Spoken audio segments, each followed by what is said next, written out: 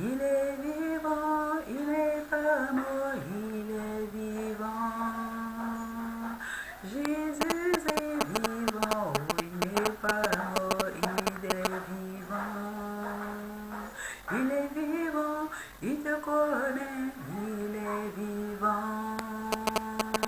Jésus est vivant, oh, il n'est pas mort, il est vivant. Il est tout puissant pour te bénir, il est vivant. Jésus est vivant, il n'est pas mort, il est vivant. Il est tout près de toi, il suffit que tu l'entends, il est vivant. Jésus est vivant, oh, il n'est pas mort, il est vivant. Il est vivant, il est réel, il est vivant.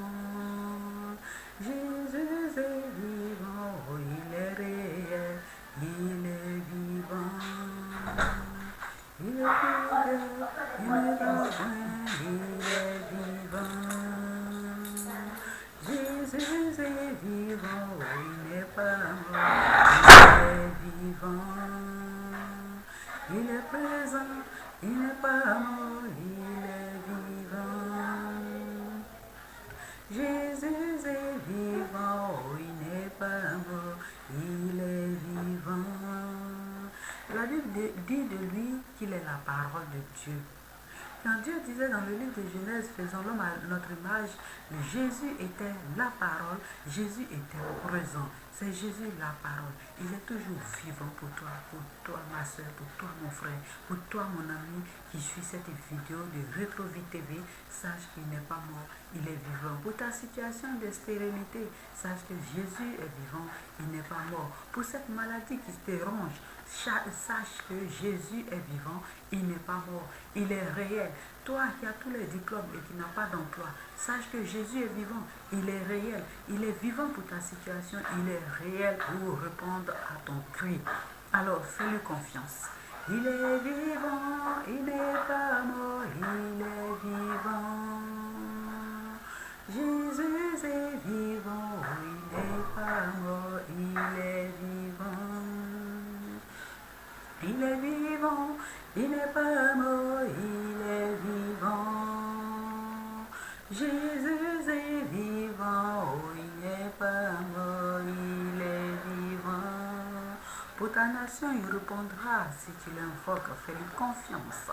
Frères et sœurs de Retrovie TV, heureuse de vous retrouver. Nous sommes au prochain chapitre, le chapitre 7, que nous allons voir aujourd'hui. Voilà le chapitre 7 que je vais lire. Oui, je vais parcourir et vous suivez. Alors après, on débattra de cela, ce que la Bible veut bien nous enseigner. Lorsque, j'avais oublié une chose fondamentale, comme nous le disons dans nos jargons, prier et chanter, c'est prier 2 fois, j'ai cru prier. Nous allons donc prier pour remettre ce moment entre les mains de l'Éternel.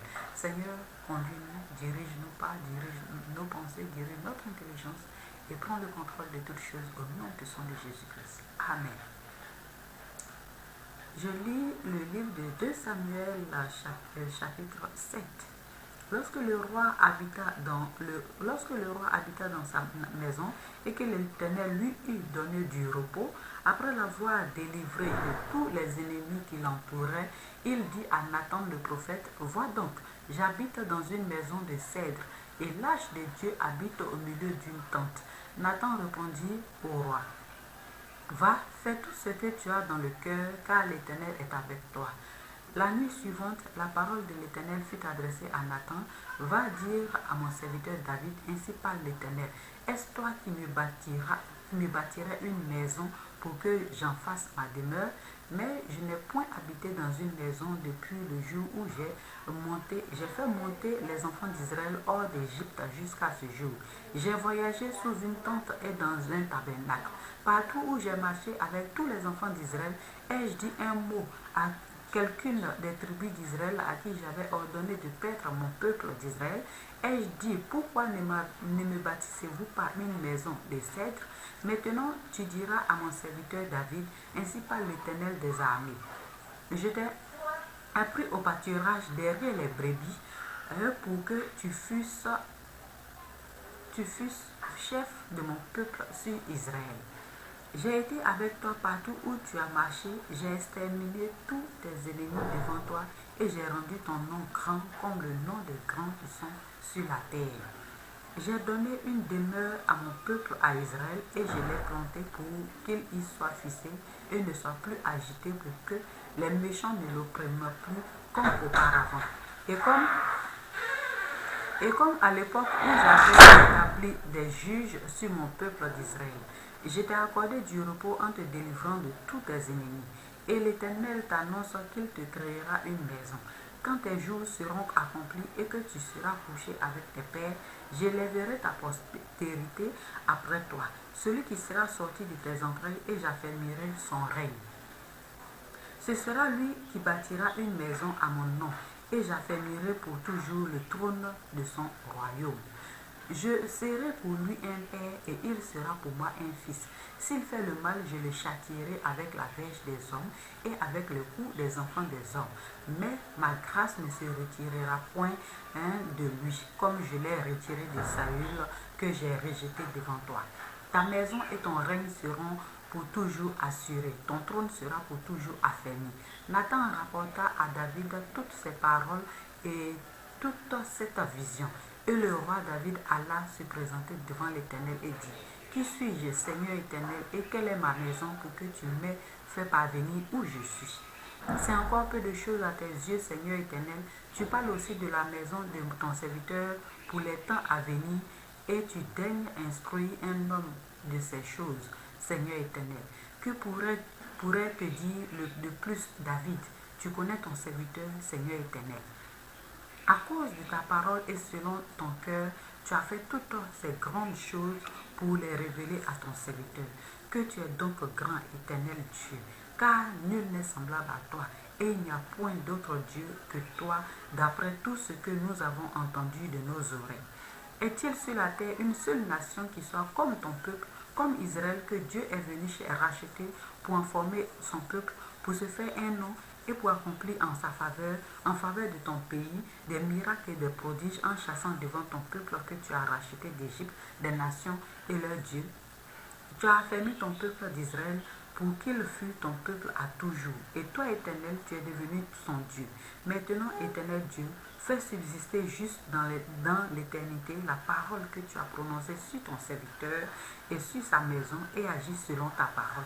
Que ton nom soit à jamais glorifié, et que l'on dise: l'Éternel des armées est le Dieu d'Israël, et que la maison de ton serviteur David soit affermie devant toi.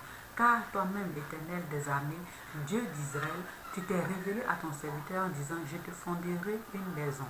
C'est pourquoi ton serviteur a pris courage pour t'adresser cette prière. Maintenant, Seigneur Éternel, tu es Dieu et tes paroles sont vérité. Et tu as annoncé cette grâce à ton serviteur. Veuille donc bénir la maison de ton serviteur afin qu'elle subsiste à toujours devant toi.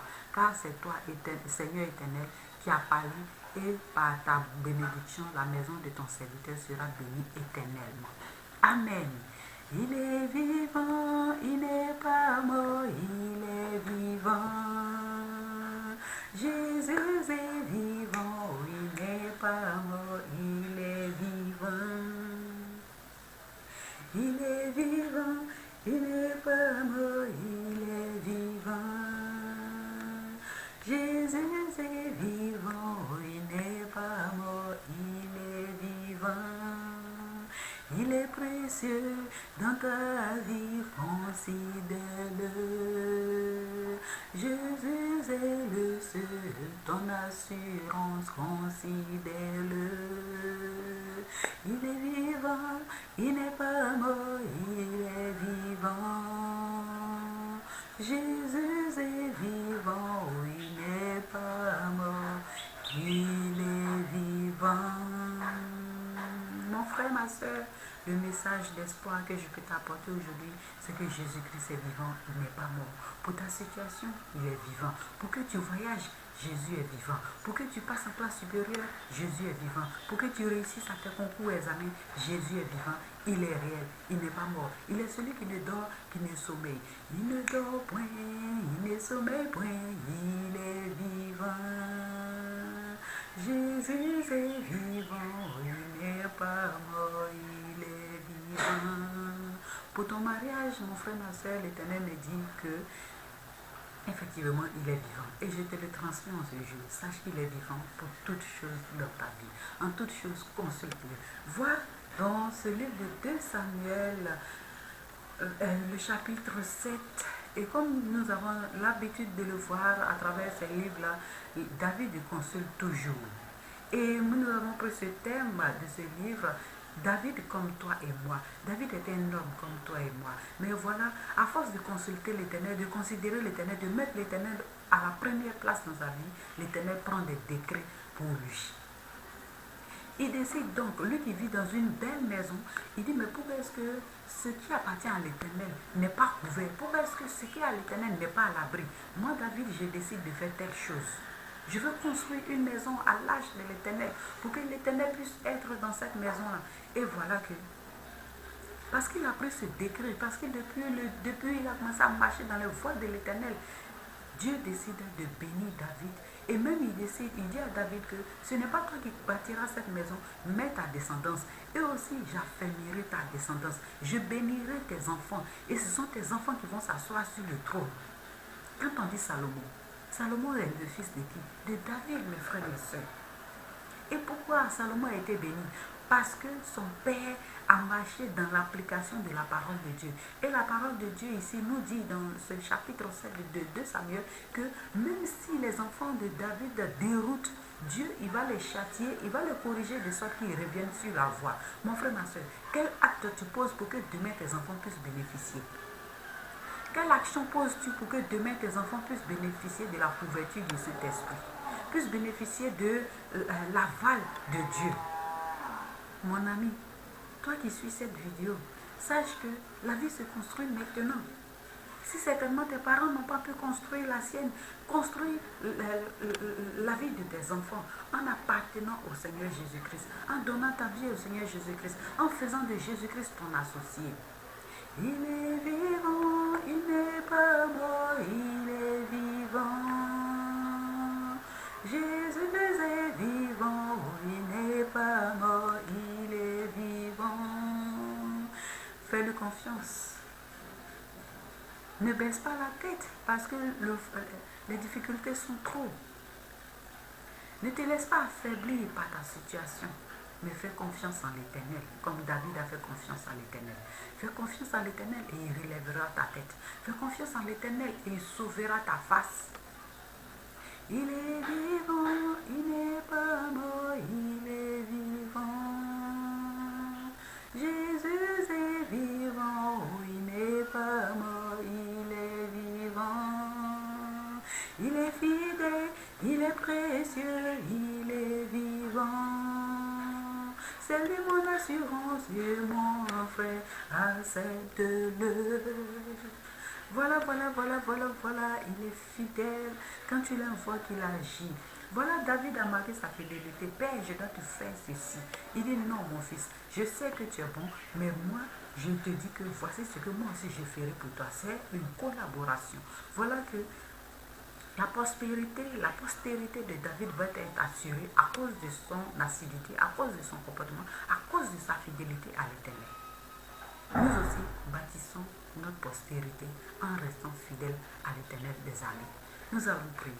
Seigneur, il y en a certainement qui t'ont connu, qui te connaissent, mais Père éternel, Dieu Tout-Puissant, qui se sont laissés emporter par le doute, par le découragement, qui ne sont pas restés fidèles, qui se sont détournés, ô Père éternel Dieu, de ta voix. Je demande pardon pour leur vie. Et pour ceux aussi, Seigneur éternel Dieu, qui sont encore dans la marche et qui ont la tête baissée à cause du joug, ô Père éternel Dieu, des liens ancestraux, Seigneur éternel, je prie que tu décharges leurs épaules et que Père éternel Dieu, ils puissent avoir la foi de David, ils puissent apprendre le courage de David t'honorer, ils puissent avoir le zèle, la fidélité de David et marcher dans tes pas, la loyauté de David, et que Père éternel, Dieu Tout-Puissant, toi-même, tu puisses prendre le décret de vie sur leur vie, au nom puissant de Jésus-Christ.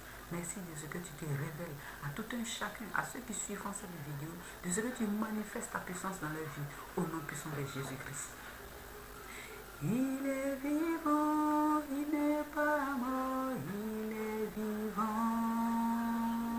Jésus est vivant, il n'est pas mort, il est vivant. Il est précieux, il est béni, il est vivant. Jésus est vivant, il n'est pas mort, il est vivant. Il ne sommeille point, il ne dort pas, il est vivant. Jésus ne dort pas, oh, il ne sommeille pas, il est vivant. Pour ta situation, il ne dort pas, il est vivant. Pour que tu sois béni, il ne sommeille point, il est vivant. Il est vivant, il n'est pas mort, il est vivant. Jésus est vivant, il n'est pas mort, il est vivant. David, comme toi et moi, mon frère, ma soeur, suivez Rétrovie TV de chaque fois. Et à travers les séquences, vous aurez des petites paroles d'exhortation pour reprendre courage et marcher dans la voie de l'Éternel. Heureuse d'avoir partagé ce livre de 2 Samuel, chapitre 7, tous les 29 versets que nous avons lus. Nous savons que cela va vous apporter et que la gloire de l'Éternel soit dans votre vie, au nom puissant de Jésus-Christ. Amen. Gardez en tête qu'il n'est pas mort, il est vivant. Quand la situation se présente difficile, sache que Jésus est vivant. La force humaine passe, mais la force divine se manifeste. Gloire honneur soit rendu à l'Éternel, de ce qui vous fortifie votre foi, de ce qui renouvelle votre foi, votre espérance. Soyez bénis, que le Seigneur nous garde. Il est vivant.